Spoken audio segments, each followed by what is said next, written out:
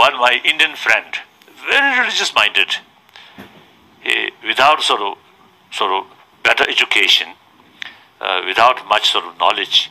So he also feels there is God, creator. So he told me, he asked me one question. Last year, he asked me very sincerely, oh, on this planet, there are so many suffering, so many problems. Why God created that? He asked me. Then, half joke, I told him, since God created hell, so there must be some people go to hell. So these are contradictions. Consider God, the infinite love, infinite power, infinite wisdom, yet create a miserable world. Why? These are the non-theistic religious viewpoint.